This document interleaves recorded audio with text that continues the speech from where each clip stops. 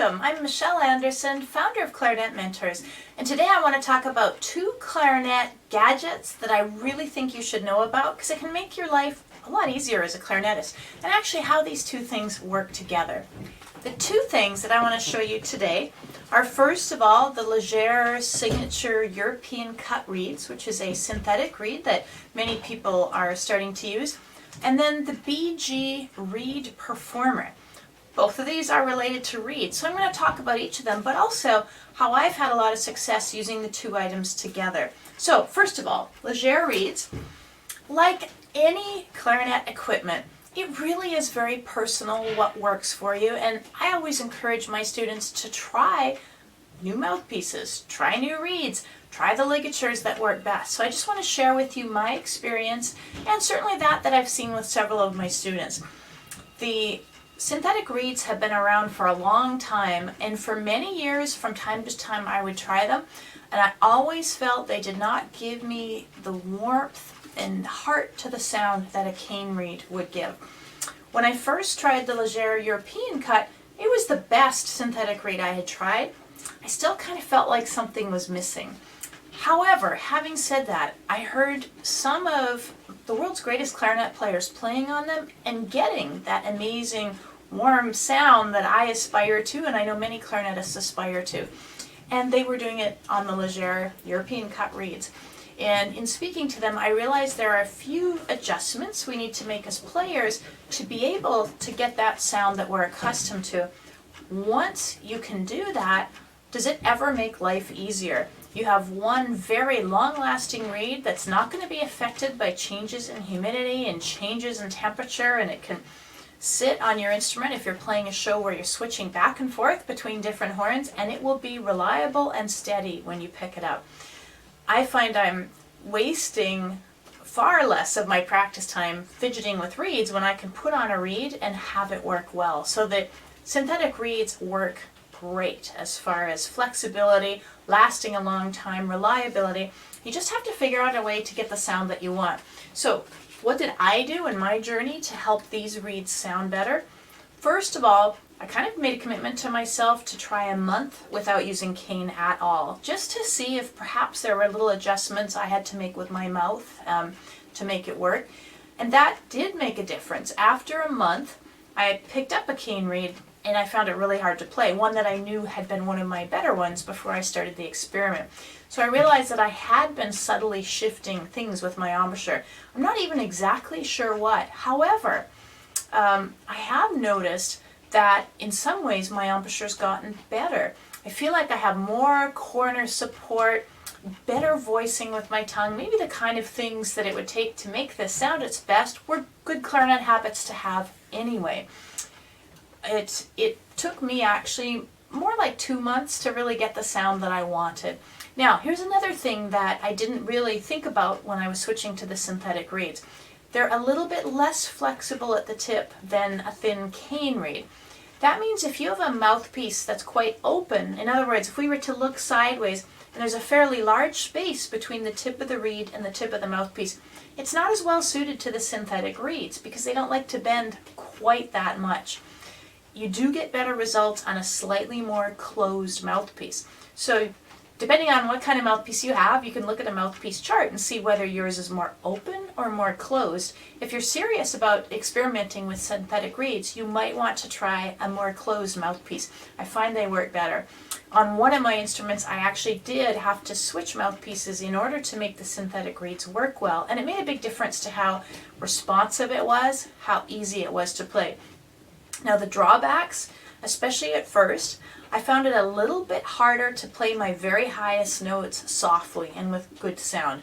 Again, now that I've been doing it for a while, I've adapted, I've figured out ways to do it, but I've heard other people express the same thing. At first, I found that it lowered my pitch a bit, so I put on some shorter barrels, but interestingly enough, now that I'm used to it, I find my pitch has kind of gone back to where it was when I was full-time on cane. That's another common thing I hear, is that pitch can be a little bit lower. So it's not, you can adapt to it, it's just something to think about. But I am recommending them. Now, my second little gadget here comes from BG, who makes so many great clarinet things, including the neck strap that I often like to wear when I play clarinet.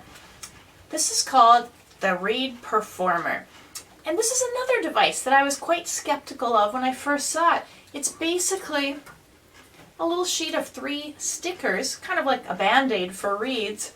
And as you can see from their own picture here, you put it right on the heart of the reed where the ligature goes, and it changes the sound of it. And when I first started trying these, it was with cane reeds that were just nearing the end of their life. Maybe I had a reed that I really liked, but as you know, cane reeds get softer and softer over time. And putting one of these on seemed to just warm it up and give it a little bit of life extension. Now they are stickers, but I find they're reusable. Once you're finished with one reed, you can peel them off, and they're good for a few different reeds before they're done. So then they're very economical. 3 package is quite inexpensive, so worth experimenting with. I didn't try if sticking anything else on there had the same effect, but I like these, so I'm sort of going with them for now. Now I would say on a cane reed, because it made an old reed sound a bit more full-bodied, it was almost as though it was giving it some strength back.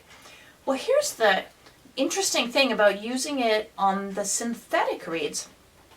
It actually seems to make it softer, to make it more resonant, to make it less resistant, which is kind of the opposite of what my own experience was on the cane reeds. So the synthetic reeds over time do get a little bit softer, a little bit less resistant in the same way that cane reeds do. It takes a much longer time to happen. But I found that if I have a new one that's a little bit more resistant than I like, if I put one of these stickers on, just where my ligature goes, it instantly makes that synthetic reed more resonant, more warm, and I really like the effect that it has. Now, as that reed breaks in and eventually starts to get a little wimpy, then I pull the sticker off and the reed sounds good again. So I think that the Reed Performer is a fun thing to experiment with, whether you're on cane or synthetic, but you might use them at different times. If you're on canes, you might put these on as that reed is nearing the end of its life. If you're using synthetic reeds, you might use it more at the beginning of the life cycle of the reed. Now, I also find that maybe it's because I have my wonderful Silverstein ligature, which I love, the sticker helps it grip the synthetic reed a little bit better. Not that I had a huge problem with it anyway, but the synthetic reeds are a little bit more slippery than a cane reed, and just having that pad on there can give you a little bit of extra grip. So for you, how might this apply to you? Well, a couple different ways. I think it's always useful to experiment with new gear and see what works well for you. If you haven't tried the Lazier European cut reed, I really recommend you try it. If you go onto their website, there's a strength chart that can tell you how a size 3 of these compares to size 3 of other reeds. So odds are you can find the cane reed that you're using and just give it a try.